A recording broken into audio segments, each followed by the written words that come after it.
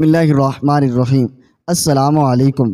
حضرت عمر رضی اللہ تعالی عنہ کے دور خلافت میں ایک سالار عثمان بن ابی عاص نے بمبئی کے قریب تھانہ بندرگاہ کے علاقے پر حملہ کیا تھا۔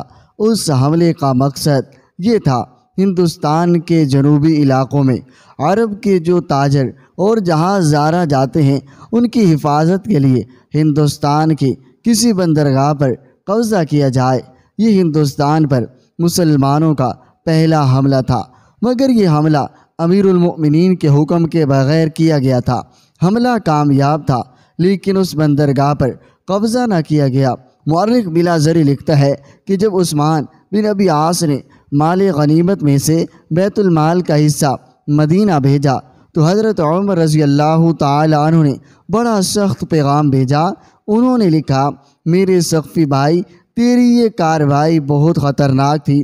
جو فوج اس حملے کے لیے لے گیا تھا وہ تو ایک کیڑے کی مانند تھی جسے تو نے لکڑی پر بٹھا کر سمندر میں ڈال دیا تھا۔ اگر یہ فوج اتنی دور جا کر کسی مشکل میں پھنس جاتی تو خدا کی قسم میں تیرے قبیلے ثقیف سے اتنے آدمی لیتا۔ اس کے کچھ ہی دنوں بعد عثمان بن ابی عاص نے امیر المؤمنین کی اجازت سے سندھ پر ایک اور حملہ کیا۔ انہوں نے اپنے لشکر کو دو حصوں میں تقسیم کر دیا تھا۔ ایک حصے کے سالار عثمان خود تھے اور انہوں نے دوسرے حصے کی کمان اپنے بھائی مغیرہ کو دی تھی۔ لشکر کا یہ حصہ بحری بیڑے میں گیا تھا اور سمندر کی طرف سے دبیل کے مقام پر حملہ کیا گیا تھا۔ عثمان نے خود ایک اور مقام پر حملہ کیا تھا جو برج کے نام سے مشہور ہے۔ اس وقت راجہ چچ سندھ کا حکمران تھا۔ دبیل کا حاکم جج کا ایک بڑا دلیر جرنیل ساما تھا۔ اس نے اپنی فوج کو قلعے سے باہر لا کر عثمان بن ابی عاص کے بھائی مغیرہ کا جم کر مقابلہ کیا۔ مغیرہ دشمن کی فوج کے قلب تک پہنچ گیا اور ساما کو للکارا۔ اس طرح دونوں فوجوں کے سالار آمنے سامنے ہوئے۔ مغیرہ نے بسم اللہ اور فی سبیل اللہ کا نعرہ لگایا اور ساما پر حملہ کیا۔ ساما زخمی تو ہوا لیکن جو زخم مغیرہ نے کھائے وہ مہلک ثابت ہوئے اور مغیرہ شہید ہو گئے۔ فتح تو مسلمانوں کو ہی حاصل ہوئی لیکن یہ فتح خاص مہنگی پڑ گئی۔ کچھ وجوہات کی بنا پر ان مقامات پر قبضہ نہ کیا گیا۔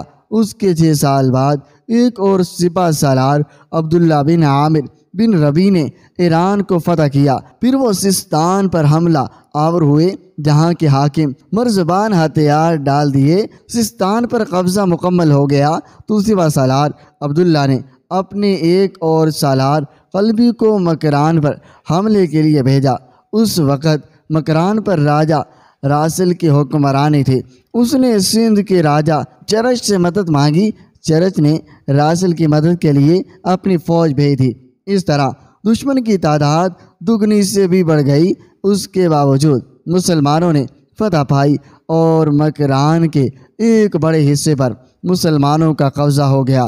اس سے پہلے بھی حضرت عمر رضی اللہ تعالی عنہ کے زمانہ خلافت میں ان کے مقرر کیے ہوئے عراق کے حاکم ابو موسیٰ عشری نے اپنے ایک سالار ربیع بن زیاد حارثی کو فوج دے کر مکران پر حملہ کرایا تھا اور مکران تیغ بھی ہو گیا تھا لیکن فوج کو واپس بلا لیا گیا۔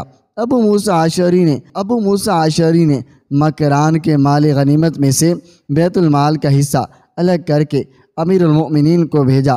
یہ مال غنیمت لے جانے والے ایک تجربہ کار کمانڈر سہار عابدی تھے۔ اللہ تم سب کو یہ فتح مبارک کرے۔ امیر المؤمنین عمر فاروق رضی اللہ تعالی عنہ نے کہا، تم سب پر اللہ کی رحمت ہو، یہ بتا مکران کا علاقہ کیسا ہے، وہاں کے لوگ کیسے ہیں اور وہاں کی زمین کیسی ہے؟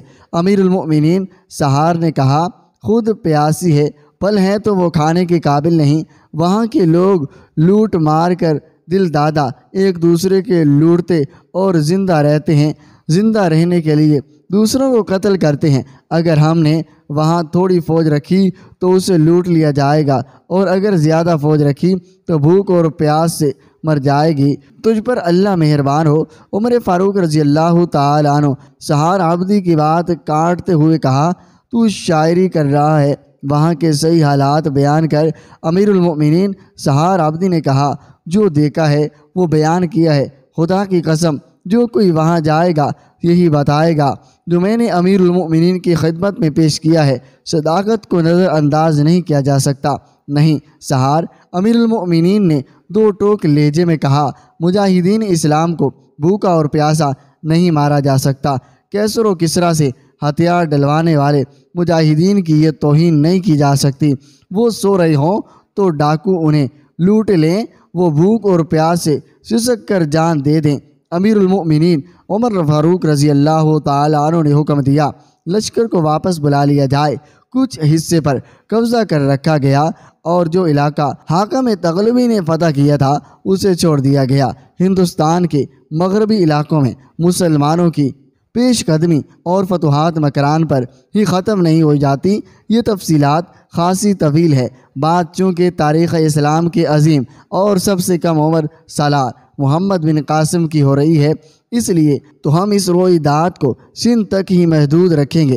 عمر فاروق رضی اللہ تعالیٰ عنہ کی شہادت کے بعد حضرت عثمان رضی اللہ تعالیٰ عنہ مسند خلافت پر رونق افروز ہوئے۔ اس دور میں بھی ہندوستان کے مغربی علاقوں میں مسلمانوں کی پیشم قدمی جاری رہی۔ پھر حضرت عثمان رضی اللہ تعالیٰ عنہ کی شہادت کے بعد حضرت علی کرم اللہ وجہہ کی خلافت کا دور شروع ہوا، جس میں مسلمان قلعات تک پہنچے۔ اس کے بعد علی کرم اللہ وجہ الکریم بھی شہید ہو گئے اور خلافت بنو امیہ کے پاس چلی گئی۔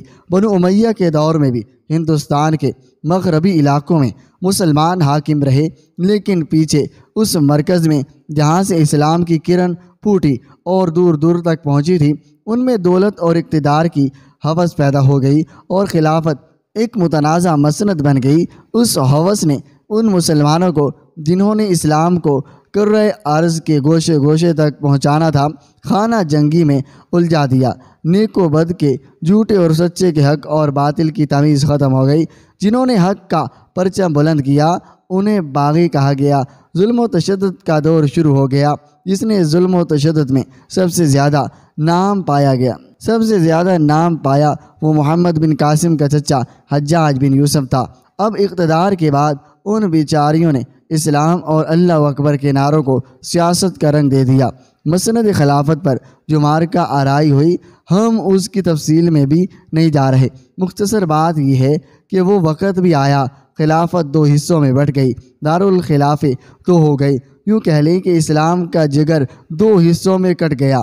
پھر عبد المالک بن مروان کا دور خلافت شروع ہوا تو اس نے بغاوتوں اور خانہ جنگی کی کیفیت کو ختم کیا اور اموی حکومت کو مستحکم کیا۔ حجاج بن یوسف اسی دور میں حاکم بنا اور شہرت پائی۔